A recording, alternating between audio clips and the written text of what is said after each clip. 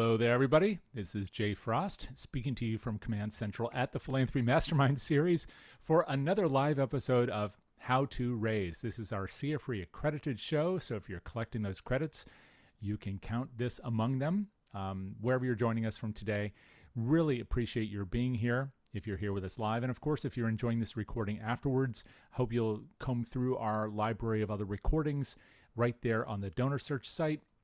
As you are probably aware, DonorSearch has been underwriting this series for the past 10 years, but now DonorSearch is a part of EverTrue, and this program is sponsored very generously by EverTrue Studios, a division of EverTrue, the global leader in donor engagement and fundraising intelligence, which is helping nonprofits find, engage, and inspire their supporters. We won't be talking much about EverTrue or DonorSearch as a unit of EverTrue today. That's not through any lack of affection, but rather because this series, like the rest of what we do in this Philanthropy Mastermind series, is all about what your needs are. So this, of course, is our instructional show. We have two other shows I'll tell you about later in the program. But today we're going to be doing, of course, having a great conversation live with a terrific presenter. And since it's live, of course, it's an opportunity for you to engage in the conversation as we go along. And there are two ways to do that. You can, of course, participate in the chat. And I want to encourage you to do that right away to warm up that space for one another, which I can see you're doing right now. Brittany, thank you. And everybody else to join Brittany in that space. Maybe say which part of the country or the world that you are from. Thank you, Joseph. Good to see you there. Maybe which organization you're with if you feel like telling us about that or what you do. It's a great way to get to know one another. Thank you, Patricia, there from Windsor. Elliot, good to see you as well. And Maryland, always representing. Nice, very, very nice. Now it's going too fast for me to read them all, but I do appreciate all of you being here, especially those in sunny San Diego, and I envy you. All of those conversations will be really important, both for one another, but also for our presenter today. So do keep the flow going throughout the presentation today. Make that space your own sandbox to play. Of course, if you do have a question that you want answered, I hope you will avail yourself of the Q&A. The Q&A is the way we're going to make sure we don't miss it. So please do list any questions at all in the Q&A, and that way we'll make sure to bring those up to our presenter today, who I'm going to introduce to you right now. And first I'll start by talking about, of course, the topic. If you've ever wondered why some fundraising campaigns really take off and while others with maybe similar missions and budgets struggle to gain traction, the answer often comes down to how donors make decisions. And today's session, as you probably know, is Decision Science Demystified, Your Fundraising Breakthrough Awaits. We're going to explore how behavioral science behind decision-making, those cognitive shortcuts that influence giving, is influencing really everything we do, or at least it should be. Understanding of that should be influencing what we do. And our guide today is someone probably known to many of you already, and if not, this is a great way to get to know him and his work, and that is John Lepp, who is a partner at Agents of Good, one of the most creative fundraising agencies working in the nonprofit sector today, or really at any time. John has helped organizations around the world rethink how they communicate with donors, using insights from psychology, storytelling, and design to produce campaigns that stand out and deliver extraordinary results. And today he's going to walk us through some real-world examples and share practical science-backed techniques that you can apply in your shop right now to make things work for you. John, thank you so much for taking time to join us here and to share today. My pleasure, Jay. Thank you very much. And the fact that it is live means that anything can go wrong at any time, but hopefully nothing will. Fingers crossed. May I go ahead and share my screen and start? Okay, excellent. Well, welcome everyone. Thank you for joining me today on this keynote. And I've got quite a bit of content, so I really do want to get right into it. Like Jay said, hopefully we'll have some time for questions at the end. I have nothing to do for another hour after this. So again, if we want to linger and ask questions, totally fine with me. So thank you for having me here today, Jay. I'm your coach today. I'm John Lepp. I'm a direct response nerd, and I've been a storyteller for about 25 years. I wrote a little book called Creative Deviations, which I will be giving away at the end of the session. If you would like to try to win a copy, I've spoken all over the world, mostly in North America, though, and I love talking about creativity and curiosity. And decision science is one of those things that, again, really is piqued my brain, and I find really, really fascinating to talk about and learn about. So, thank you for having me today. So I am happy to have you here to nerd out with me. Um, I want to make it clear that storytelling isn't enough, my friends. I know we go to sessions and conferences all the time, and people are like, "Yeah, I need to find stories, and where do I find more stories?" Well, stories are not enough to make donors to do the thing you want them to do, which is to give to you. So understanding things like this will nudge your donors towards the finish line and to get a gift. So, introducing decision science. This is a very complex thing, and I find my experience as a relatively simple person. I find that a lot of people who talk about decision science keep it kind of up here in a space that makes it hard for us to understand and approach it. And I like to break things down and simplify ideas so I can apply them. And I'm going to try to do that today. So, this is kind of a nutshell of decision science. I did a 6-hour masterclass last fall in Holland, and we barely scratched the surface on the topic. So it's a very, very large topic. But hopefully you'll stay with me. I'm going to give you sort of a high level overview of what decision science is. And I want to be clear, I am not an expert. I don't have a PhD in decision science. I'm a learning student like you, and I just want to share some of the things that I'm learning as I go. So there's four pieces that go into decision science. Like, what is it? There's cognitive psychology, we have behavioral economics, there's neuroscience, and data science. This is what decision science is made up of. So decision science helps us understand why people decide, hesitate, or change their minds when making a decision. It also helps us understand how factors like emotion, framing, identity, and social influence shape our decisions. So let's break this down a little bit. Cognitive psychology. Well, cognitive psychology is how our brain processes information.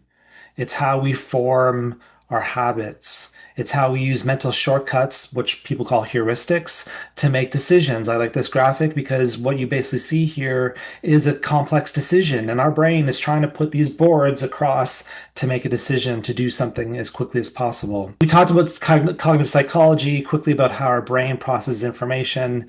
And the next is behavioral economics, which is how we behave versus how we think we should behave. So, this is a bias wheel. This bias wheel has 168 different biases. We all have biases. Biases stem from our emotions, social pressures or norms, our own motivations, limits on our attention, and heuristics. Next, you have neuroscience. Neuroscience is how our brain and nerves and body work together to help us think, feel, move, and make decisions. So, neuroscience is really cool. If you guys know Russell James, Russell likes to fire people inside an MRI machine, actually see how our brains in real time respond to decision making and why certain biases or heuristics affect us. Oops.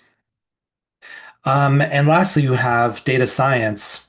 Data science is how testing, research, and evidence help us design better choices and help us predict outcomes. You know, you can't do this work in fundraising or analyzing how the brain works in a vacuum. You have to test, you have to try, you have to learn as you go along.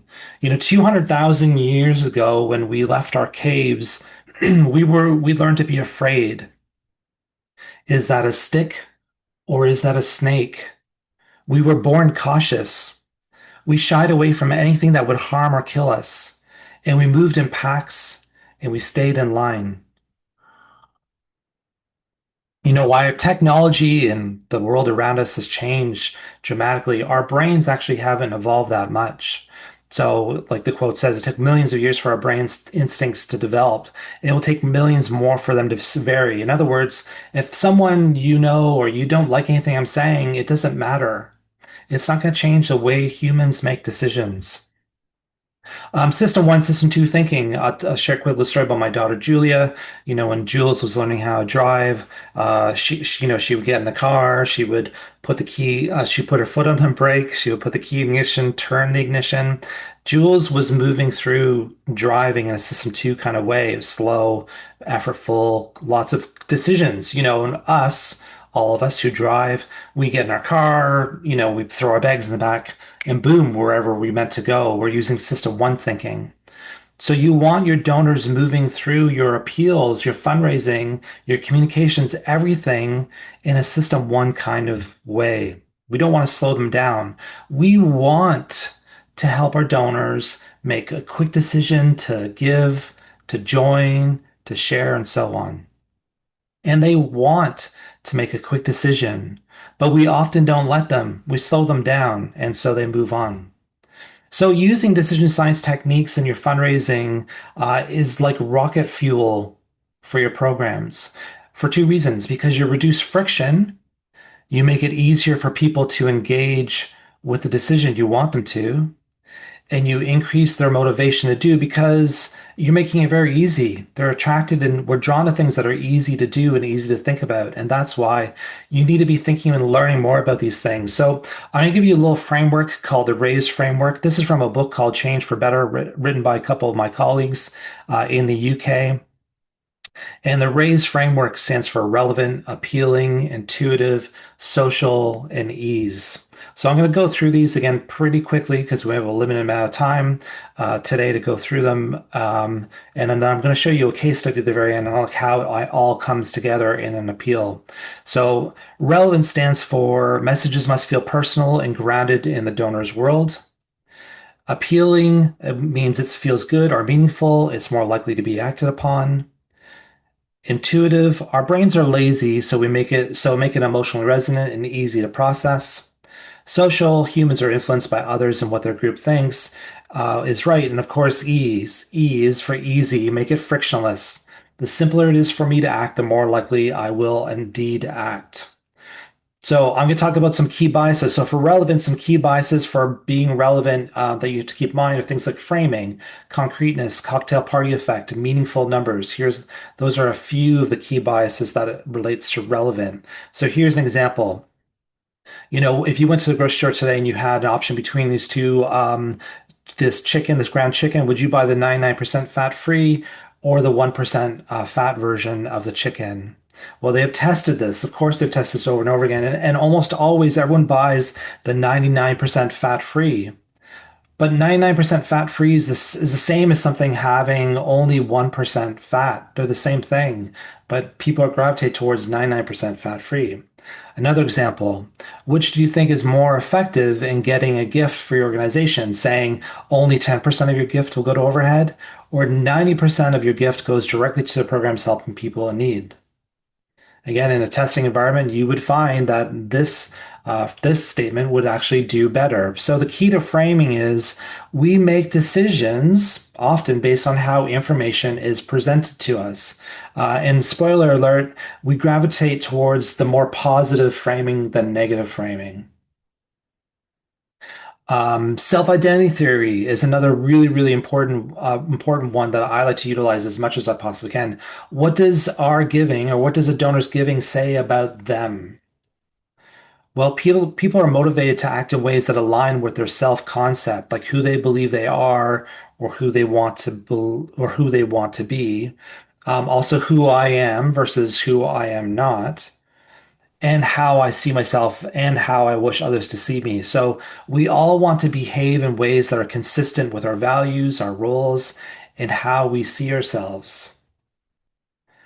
It's a powerful concept because it reminds donors of who they are, it reinforces their best self, and it frames making gift as an act that confirms their identity. So we can use this in our copywriting all the time. Or reflecting, we see them as being caring individuals or people that do care about hunger in their community, that kind of thing. So we want to reflect these values, their self identity, back to them in the way we communicate with them. Concreteness. People are more likely to remember, trust, and act on a specific sensory rich information than something that's more abstract or conceptual. For example, if I ask you to think of a chair is easy it's easy for you to visualize this, right? It's easy to visualize what a chair is. But if I ask you to visualize hope or caring, all of a sudden that becomes much harder. So the concreteness effect refers to the finding that concrete words like chair, they're processed in our brains a lot more quick and more accurately than abstract words like truth or hope. Also, you store concrete words or ideas like chair in a long-term memory longer, more and more easily than abstract words. So use concrete words and visuals all the time, even in your offers. Make sure you're being very concrete in your offers. And this, I see this fall filter all the time in appeals. Concreteness is basically this. If I can see it, I can feel it, I can touch it, if I can hear it, imagine it, the more likely I will remember it. And again, this really kicks in again and give to it, especially when you're talking about offers for what are you asking the donor for? Make it as concrete as possible.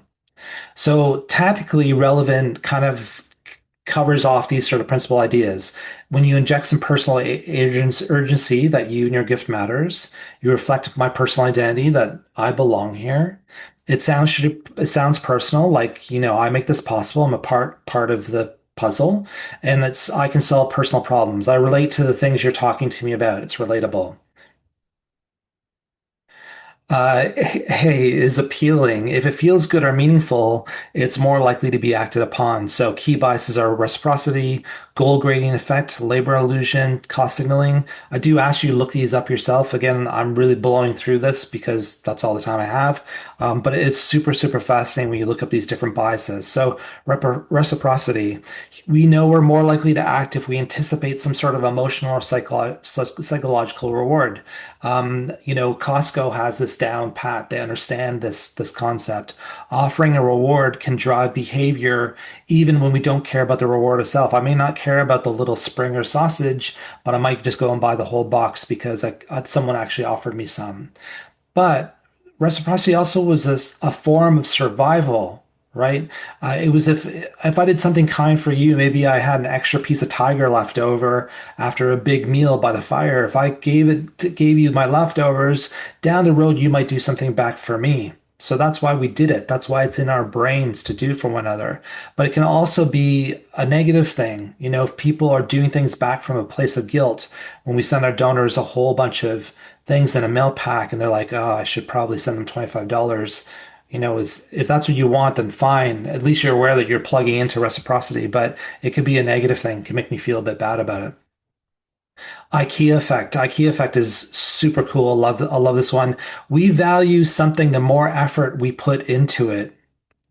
So that goes for your Billy bookcase that you picked up on the weekend, but it also goes into your relationships you develop with your donors, your friends, your lovers, and so on. So we value something the more effort we put into it.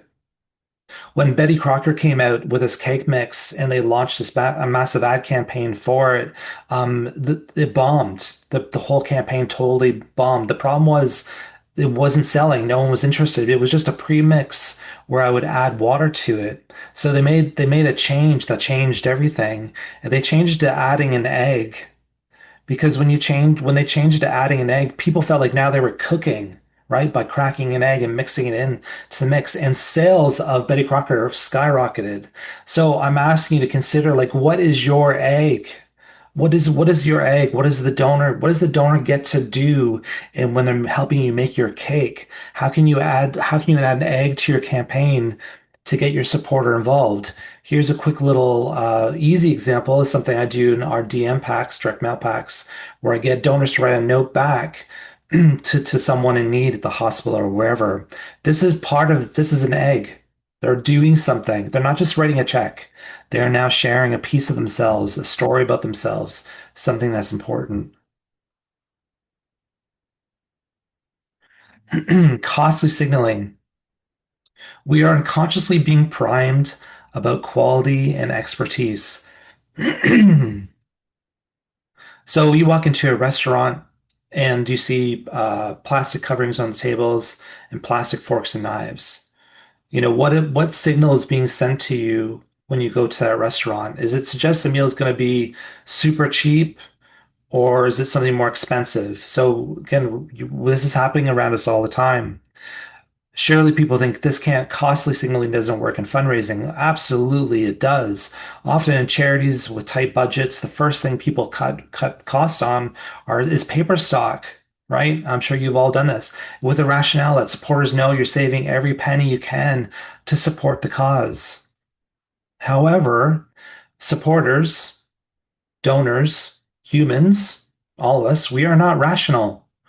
Subconscious clues given by higher paper stock give our appeals a subconscious gravitas, which is why we use it for special appeals all the time. I do for monthly conversion appeals or legacy appeals or mid-level to high-value donors. It's been tested. Okay, this stuff has been tested. Paper stock can make a dramatic difference in the results you get in your appeals. So appealing, humans are more likely to act if they anticipate some sort of emotional or psychological reward. Intuitive. Our brains are lazy, so we want to make it emotionally resonant and easy to process. Some key biases are priming, effect, and anchoring. So priming. Priming is when exposure to one stimulus influences how you respond to a later one, often without you realizing it. So in the real world, the decision science nerds like to test this idea. How can we prime someone in a supermarket or wine store to buy a certain kind of wine without them being aware? Well, they tested, like I said, they tested this in a wine store. And when French music was played, buyers immediately started buying more French wine. Conversely, when German music was played, all of a sudden they started selling a lot more German wine, which outsold the French wine that day. However, when people were asked at the checkout what influenced their choice, most didn't even notice the music. So they didn't realize they were subconsciously being primed to buy wine based on the music that was playing. Here's a fundraising example from my friend in the UK. You're priming with a sticker. In this case, we've seen these little things where you drop the coin in. Well, they put a coin. This is a £1 or a $1 coin sticker on it, and they found most people put in the $1 coin. So they primed that gift by including a picture of it. Right. So again, subconsciously doing that. Even in copywriting, we can prime generosity with our wording. So that's a couple examples of priming, which is super cool. Anchoring. Anchoring is the tendency to rely too heavily on the first piece of information we receive, the anchor, when making a decision, even if that number is a bit arbitrary. So we see this all the time. You guys, shopping anywhere, you see this kind of idea. Showing customers a higher price makes the actual selling price a better deal. So it's a classic example of anchoring. So I've done this on outer envelopes. I will anchor what I'm asking for right on the outer envelope. Your $1 will make three meals. The donor's making decisions based on from here on out, based on this number, based on these things. I'll come back to this later on. This can be a negative thing. I'm going to do a little shout out to my TikTok channel. I like to do TikToks sometimes about mail, especially. This is from my mother-in-law. This pack that she said that she got on the window, it says 2.2 million children in Ethiopia are facing starvation, needless disability, and death. 2.2 million is a massive, massive anchor. And Dale, my mother-in-law, was like, nope, not interested. I opened this envelope. She didn't. It was too high. She was just like, I can't do anything about 2.2 million. She made the decision to not go any further because they planted this number or put this number on the envelope. So be very aware, especially with numbers. The first number I see, I'm going to make a decision right away on everything else to do from there on out. So be very cautious when you use numbers, especially. Effect heuristic. This is where I rely on how I feel. Sorry, this is why I rely on how I feel rather than concrete information to quickly evaluate a situation or solve a problem. So let's look at these two statements. Each year, over 17,000 animals are processed through our facility. Of those, 62% are adopted within 8 weeks. That's one statement.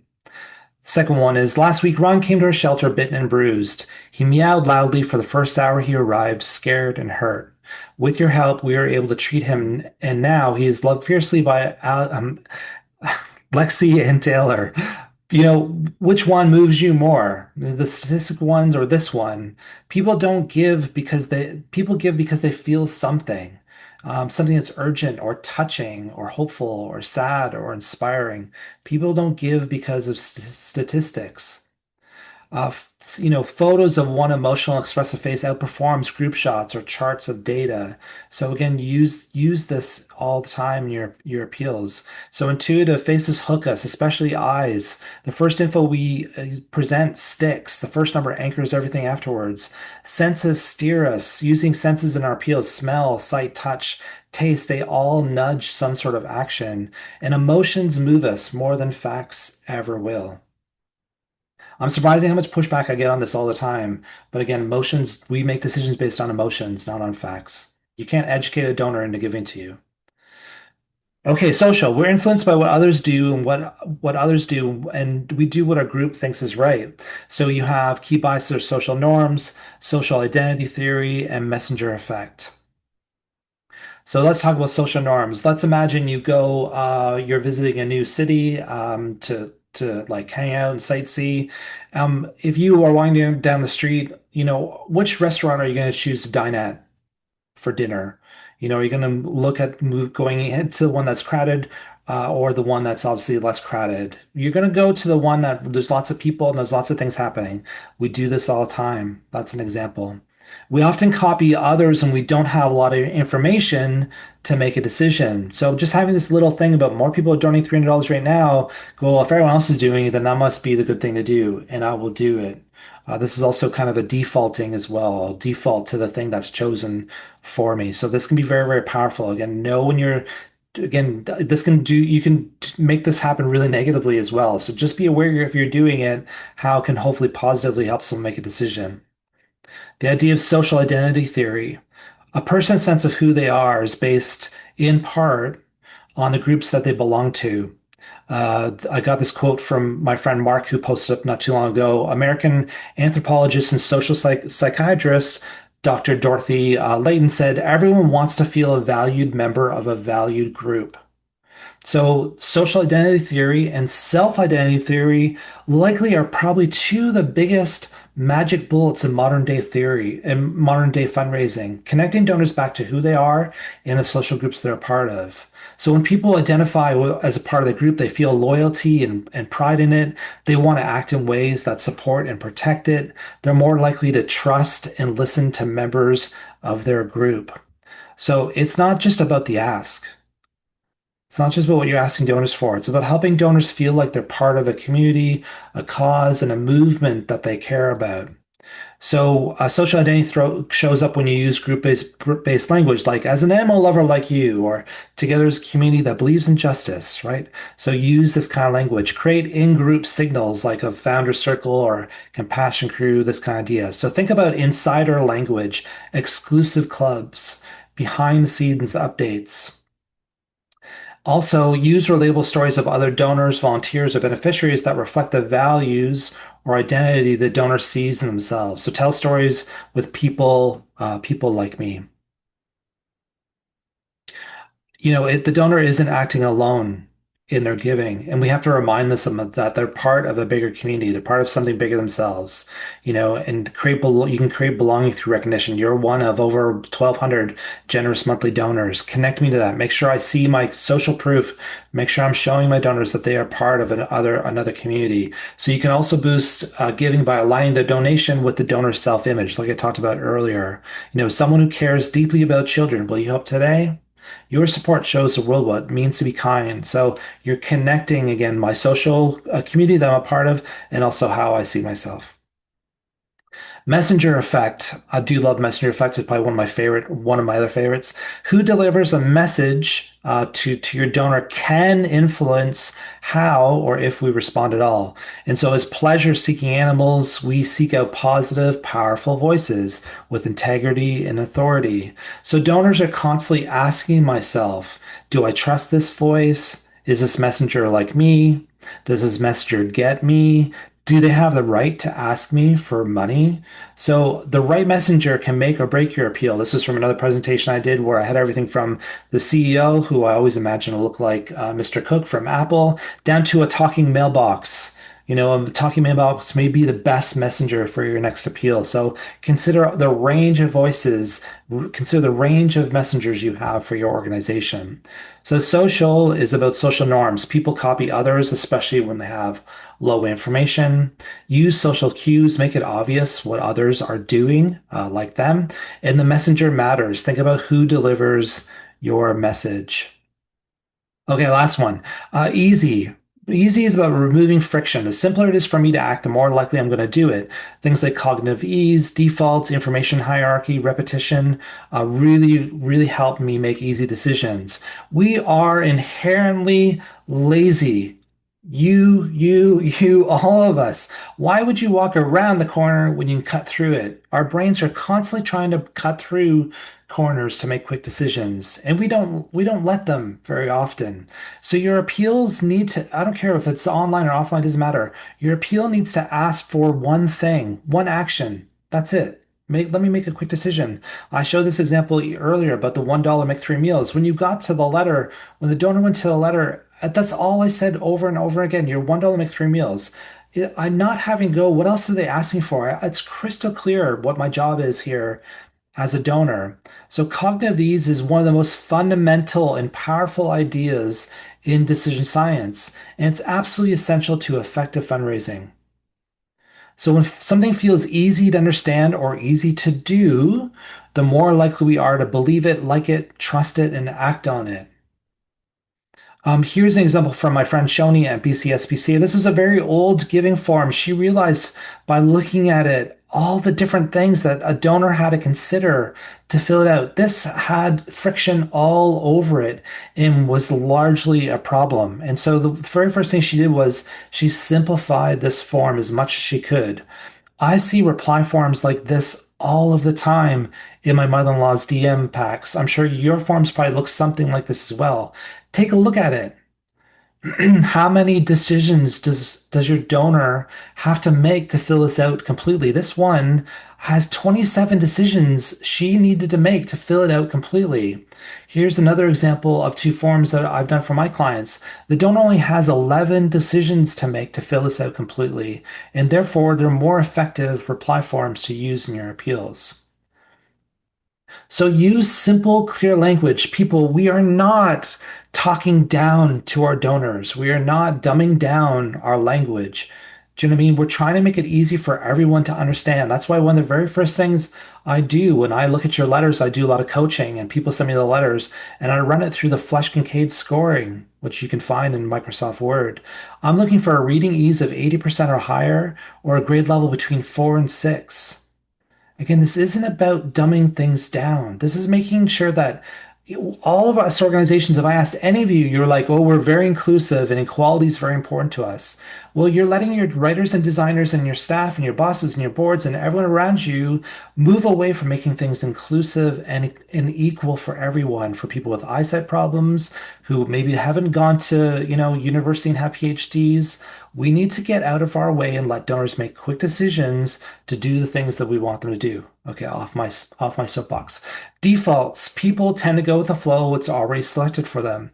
Netflix knows this. They want you to choose the premium edition. They make it bigger, they make it bolder, they check it for you. So defaults can be very, very effective in your fundraising. WWF understands this. They've defaulted giving monthly, right? So again, they want me to choose that. I have to go out of my way to choose something different.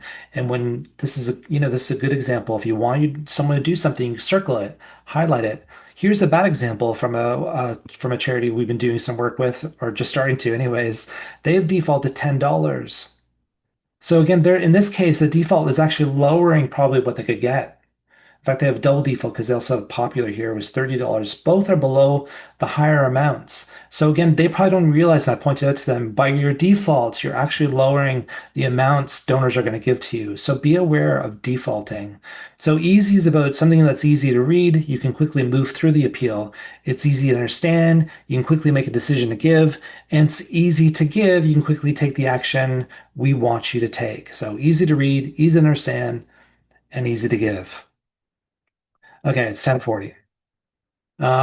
Because I lost about 3 minutes or 4 minutes mucking about with technology, I'm gonna try to go through this like I have the rest. Again, keep us in on time so you can get it here on time. So here's a case study that I wanted to show you, and it's not about just learning the science. I want to show you an example, a quick example of how all this comes into play. Like when you use the framework in your appeals and you're consciously going, how are we making this relevant? How are we making this intuitive?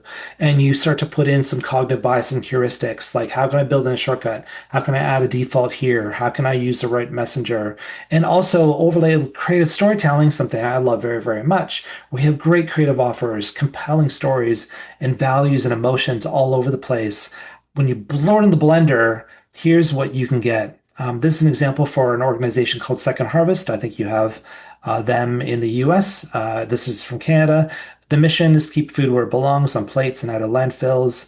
And the vision is no waste, no hunger. So we'd been working with this client for about 6 months already, and we'd already established a track record of pretty well performing appeals. We'd been doing a really good job, and the brief that they gave to us that day was they had to buy this new refrigerated truck, so the food wasn't going to waste uh, without them bringing it back to Second Harvest for processing. So the offer we were had to come up with, or we came up with, was that we had a matching gift of 50% of the truck. The truck was $130,000. So the matching gift was for $65,000. And all the gifts from this appeal would go towards getting a truck. So that's very concrete. That's very tangible. I can see it. I can imagine it. I can picture it. I can feel it, smell it, blah, blah, blah. Really good offer. So the goal was $65,000 for this appeal. So this was the envelope that we did, and I want to quickly move through what we did here from decision science and design point of view. We had this teaser of the truck saying beep beep, which is a bit of a sensory hook. This was really about the goal, it wasn't about the charity. We had lots of white space. We did an oversized envelope on craft stock, like the same like paper bag stock you would get at the grocery store. And from a decision science point of view, the effect heuristic about making someone feel something, beep beep immediately triggers emotion. It's loud. We know what this sounds like. It's unusual. It's auditory. It's cheeky. It's unusual. It grabs our attention.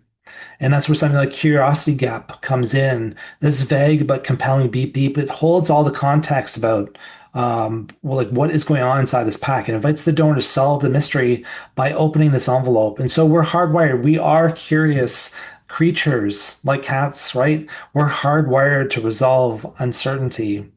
Cognitive ease, it's this outer envelope is very easy to process and read. It's fun, it's memorable.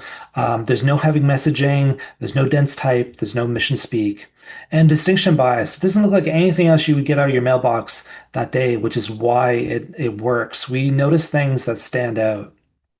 And so again, if you look at the R.A.I.S.E framework, we checked most of the boxes except for social, but we checked the other boxes of what we're trying to like accomplish with this one piece. Okay, moving on. We had this letter. We had a two-page letter. Front. This is the front and back of it. On the front, we had a Johnson's box, which we use in direct mail letters quite a lot. We usually see them with a line around it. We didn't have a line, but it contains the key message of the whole letter and draws the reader in.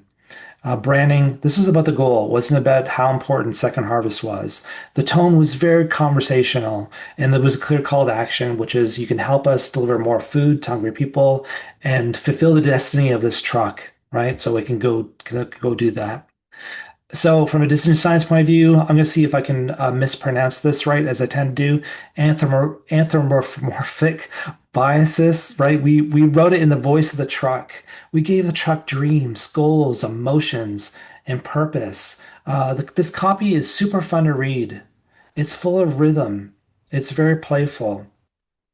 Self-identity theory, he says, the truck says, I only care about one customer, and I know you care about them too, which is hungry people in the community. So it reinforces the donors of self-image of someone who cares for and helps hungry people. The effect heuristic, the tone is very upbeat. It's joyful, it's cheesy, it's adorable. The emotions do the heavy lifting here, not data of any kind. So it's not about neediness, it's about purpose and hope. And again, if you looked at the R.A.I.S.E framework, we've tapped into the different key parts of the R.A.I.S.E framework. Consciously, so we knew what we were doing. Page two of this truck appeal letter is also a critical component to the storytelling on the front. So let's take a quick look at that. It balances the sort of emotional and playful storytelling that was on the front from the truck. It takes on the responsibility of delivering the rational, factual, visual proof. This is a good example of system one and system two thinking. We tapped into system two in the front, system one in the back. It helps donors see where their money goes. So it builds trust and transparency. We use things like social proof. These facts tell the donor you're part of a successful, meaningful movement of that feeds tens of thousands of people. Cognitive ease. The visual hierarchy makes this page very scannable. It's a very clean, logical layout. There's low visual friction on a page. And again, we can wrap the R.A.I.S.E framework around it and check those boxes. It just does the things that we want to do. We had this other letter from Joe, the Joe letter. And the Joe letter was a straightforward, personal looking letter from a respected person named Joe. I had short paragraphs, lots of white space, and it had lots of you language. It was very donor centristic. Uh, from a discipline science point of view, we had the authority bias. Joe's introduced as a volunteer president, so he's credible and obviously an unpaid leader. This gives him trust without invoking suspicion of some sort of financial motivation. It's not his job. He's doing this because he wants to, because he cares about it. So cognitive ease, he starts by saying, I know it may seem a bit strange for you to receive a letter from a truck. So this immediate reference to the truck letter is sort of warm and humorous. It brings the donor into the joke. Contrast and framing. Joe outlines four stark realities. Kids are attending school hungry. Parents are skipping meals. There's seniors in poverty. There's family choosing between food and rent. So these frame the problem in relatable emotional terms that prime action. And he offers a clear solution. We can solve the problem of increased demand with this new truck. We also built in some urgency by including a PS. Just as we were finishing our letter to you, this foundation came through and offer to match your gift. So this last minute twist uses like a temporal cue, some fresh information, social endorsement, and loss aversion. Oh, there's a matching gift. We better take advantage of that to spark immediate action. R.A.I.S.E framework, checks and boxes there. Perfect. We had the buck slip, which is a deceptively small but mighty piece in the context of a DM pack for indirect response strategy. I love buck slips, really cool. They do call them buck slips because they're shaped like a dollar bill. Subconsciously reminds donors of money and value. Had some good, strong visual hierarchy. The clear key phrase here was just offer to match your gift today, which is near the top. Down near the bottom, we have the beep beep, which ties it back to the envelope and the truck voice. There's minimal copy here, but maximum impact. The matching gift message is a nudge, right? It's a nudge, it's a shove, perhaps, towards the finish line. Decision science, it's matching gifts work. Matching gifts have always worked. They would probably always work. And it leverages several cognitive biases. Loss aversion. If I don't give now, I'm going to leave money on the table, and I don't want to do that. Don't Humans don't like loss. We don't like to lose out on things. Social proof. A foundation believes in this. Well, if they believe in this, shouldn't I? Of course I should. And mental accounting. Wow, my $50 just became $100. That's very sticky. It's very easy to remember. Messenger effect. The buck slip came from Marie. Marie was from the foundation, so she becomes a named, relatable ambassador. She's a real human and inviting you to join her in getting this truck. And that personalization creates further empathy and warmth. And cognitive ease. This buck slip has very few words, lots of white space, and just one core message. Repetition of key elements like match, $65,000, beep beep. This was also visually distinct from the rest of the pack. Again, we'll look at the R.A.I.S.E framework around it. We want to make sure that it was doing a number of things that we're tucking into a bunch of different bits of behavioral science to help donors move through this pack. And then we get to the reply form. This is a reply form, which we also create a sticker for, which I'll talk about in one moment. Full-size reply form. We know we use full-size reply forms because in testing they perform better. The gift array, we presented multiple gift options with a wild card high anchor of $65,000. that sort of is entertaining because it's sort of funny and psychologically calibrates the rest, right? So the sticker is probably one of the most powerful parts of this campaign in some ways. It makes giving tactile and visual and emotion. The image of a key being placed, it's a metaphorical and physical unlock. I'm taking real action here. And the matching gift reminds donors of this great offer. So you have decision science, the commitment and consistency bias. Please attach sticker to your choice. So the physical act of placing a sticker, which was a picture of a key, next to your chosen amount builds a micro commitment. It's an action that reinforces the idea that I'm unlocking this truck. I'm unlocking this truck with a gift. So once the donor places the sticker on this reply form, not sending it back would seem like inconsistent with everything they've done up until this point. Anchoring. The $65,000 option is both humorous and powerful. It acts as a high anchor because it reinforces the full cost of the truck. And it says you can buy the whole truck if you want without shame or sarcasm. I've done this when I know how much I need to raise in appeals. I've done this quite often through the years, and I have seen people check that box. So if you know exactly how much you need to raise, don't be afraid to use it on your reply forms. Cognitive ease and layout, simplicity. There's clear blocks of gift amounts with sticker zones next to each. There's some visual chunking that keeps kind of organized and not overwhelming. The matching gift reminder is isolated but bold. Loss aversion, matching gift reminder, placing it here for a good measure, which is right below the $6,500, right as the donor's deciding. They're like, oh, right, it's going to be matched. So it doubles down on the feeling that if I don't give now, I'm going to miss out on the match. So the R.A.I.S.E framework, again, checks some boxes. And yes, as Jay said at the very beginning, you will get these slides so you can go through them in a little more your own time rather than me sprinting through them to make sure we finish on time. And lastly, we have the humble business reply envelope, often overlooked and ignored. It has a teaser that says fresh food is on the line. It reinforces the theme of urgency, relevance, and stakes. You're not just mailing a check, you're feeding someone today. So it's got a smart use of some white space. There's no confusing layout or unnecessary branding. This envelope stays out of the way, allowing the story to conclude smoothly. Verbal and visual consistency. The phrase about rushing this maintains the sort of tempo of the truck's voice. Like, this is an urgent thing. You can get me off this lot. I need to get out there and get this food, right? It's all in the same kind of tone.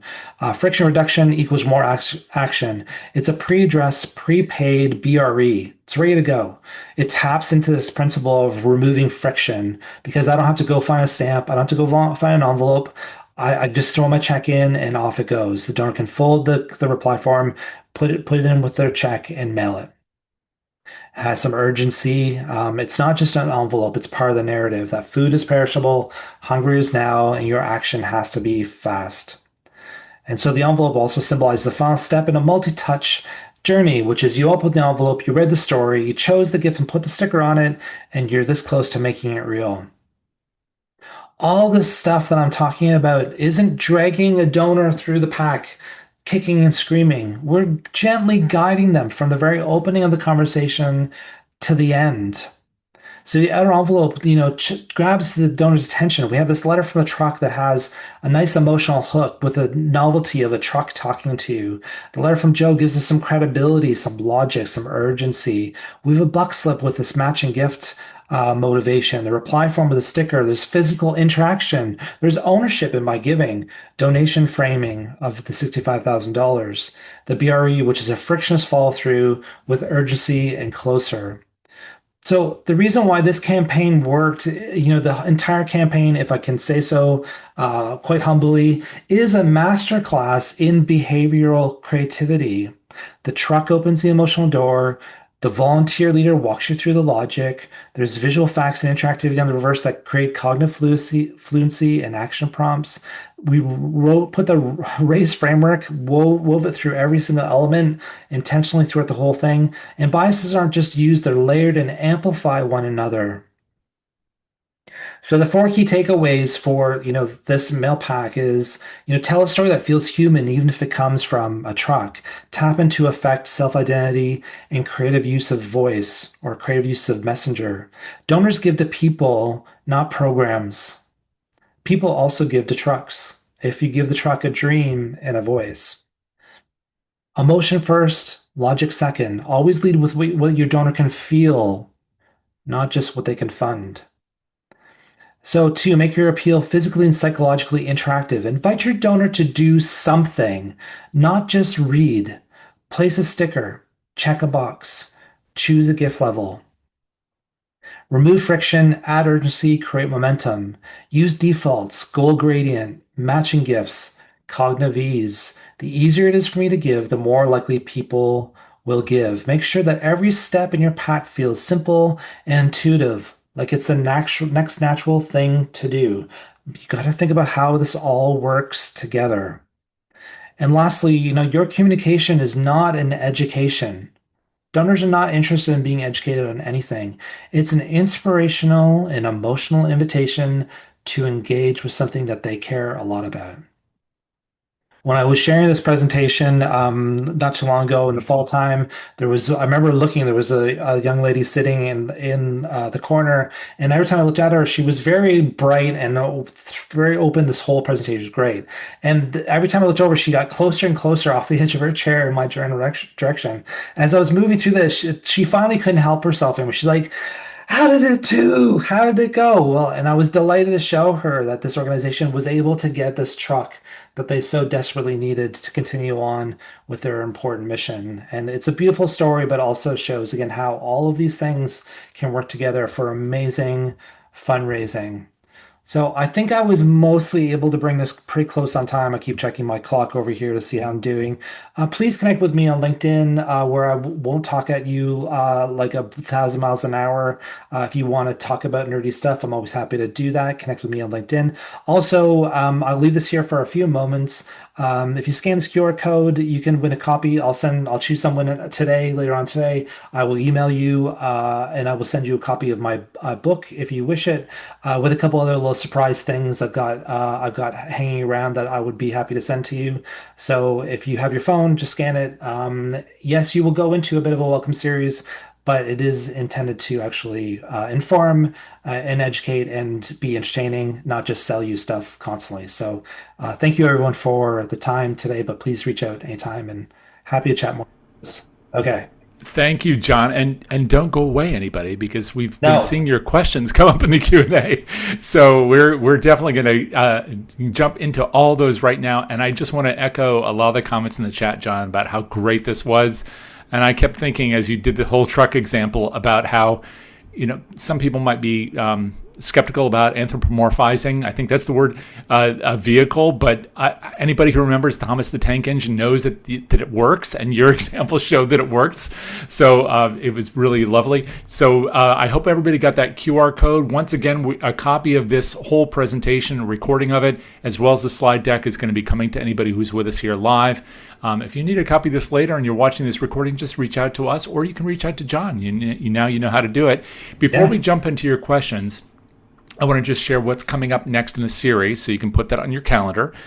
First of all, with the podcast, which is called the PM Podcast, we are featuring Ryan Wilson, who's the founder and CEO of Team Trust Productions. He is one of the few people leading a disability-led video production company in the U.S. and creating documentaries and fundraising films that place people with disabilities front and center. He's a person who has osteogenesis imperfecta, or brittle bone disease, and his story is pretty powerful. So you can listen to that wherever you like to listen to podcasts. That drops this Friday. And the current episode with Tracy Kronzak talks about a murder in Moscow. So if you ever thought that kind of stuff doesn't happen to people in our field, listen to that episode. Next Wednesday, we return with Frontlines of Social Good, which features a conversation on both AI and Bitcoin and the future of philanthropy and fundraising with Emily Yu from Newman's Own, and also Ann Connolly, who's the author of Bitcoin and the Future of Fundraising. So check all that out next Wednesday at 1. Now, finally, we're going to jump into your questions as I promised, and there are a stack of them.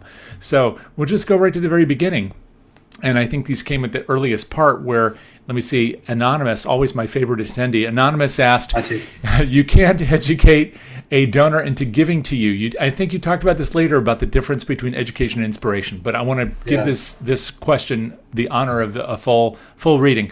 What would you say about major donors who are of a certain personality type that wants all the facts in the data. It's such bullshit. It's baloney. We are still all humans. The size of our wallets don't matter, and it's also none of our business. Our job is to emotionally move people to do something that they want to do. And that's the bottom line. And again, I've never seen an instance where this doesn't work. But I've heard this. Our donors are too smart for this. Our donors are scientists. Our donors are too rich for this. I've never seen anything that shows when you lead with emotion first, it doesn't create better fundraising, more successful money raising fundraising. Next one came in from Julie, who had asked, or said rather, I work for a Catholic high school. A board member suggested we send mailing labels with an appeal. Is that a strategy that you recommend? Sorry, what did you say? Mailing labels with an appeal. What do you think about that? Well, I mean, maybe labels are just an easy, free thing that don't require, it's not really related to the mission of what you're doing at your school.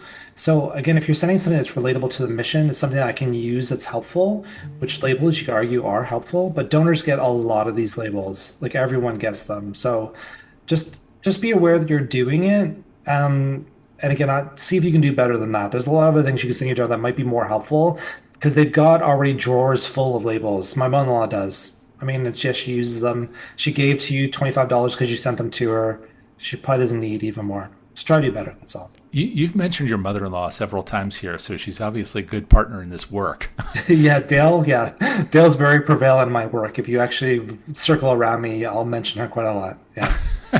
It does go to the heart of how we can learn a lot of what we're doing and what works and what doesn't by what's happening to ourselves and to our neighbors and to our family. It's called empathy. I mean, I really ask people to do their work with empathy. Like you do have to. And if you're not, and trust me, a lot of people are not, then again, it's problematic because you do have to be relatable to these people we're talking to. They have their own lives. They have their own things going on. If you don't know what that is, you're actually not doing your work properly. Right, right.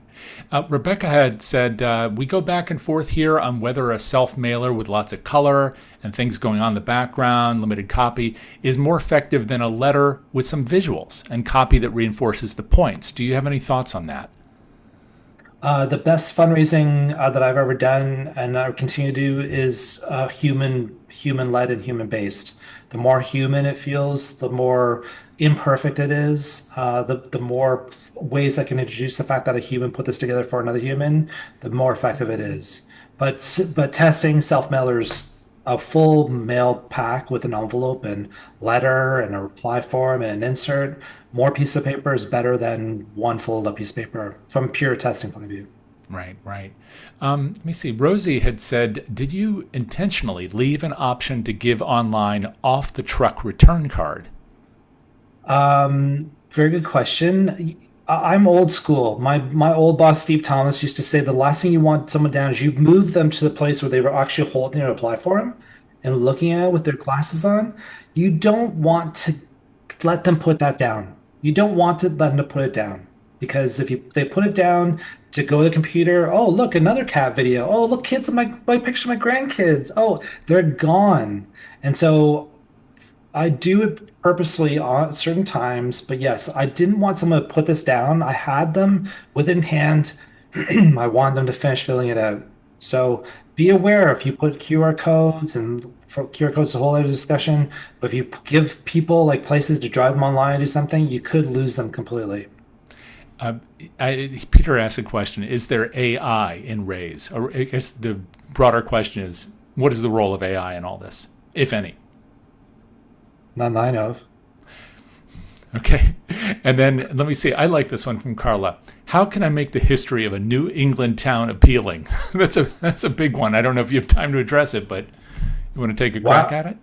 Oh gosh, well, because lots of people, I come from a small town called Waterdown in Ontario, and I'm like a lot of people very interested in the historical like stories of this town, and I'm not the only one who loves being a part of this historical storytelling group about this small town where lots of cool things happened a long time ago, and I think it's should be storytelling rich for you.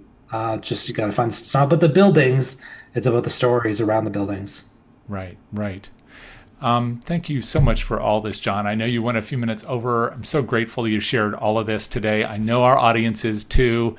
They've said it already in the chat, but feel free to reach out to John just to let him know how you feel about this content, maybe where you see it having value and really making a change in terms of how you relate to people and give them a little inspiration to support the causes that matter so much to you and to our communities. Again, thank you, John. Really appreciate it. Thank you. Thanks, everyone. Thank you. And I want to encourage everybody also to fill out the survey, not only to let us know how much you love John, but also just to let us know what we should be doing in the future. We really do listen to that. So you can tell us specifically who you'd like to see, what topics you'd like covered. We have 84 episodes of our 3 shows coming out this year, and that is a way for us to know what you want to see and hear. So please fill it out and join us both for the podcast and next week's show. And for this show, How to Raise, coming up exactly 2 Wednesdays from now. We'll look forward to seeing you then. Until next time, everybody, take care.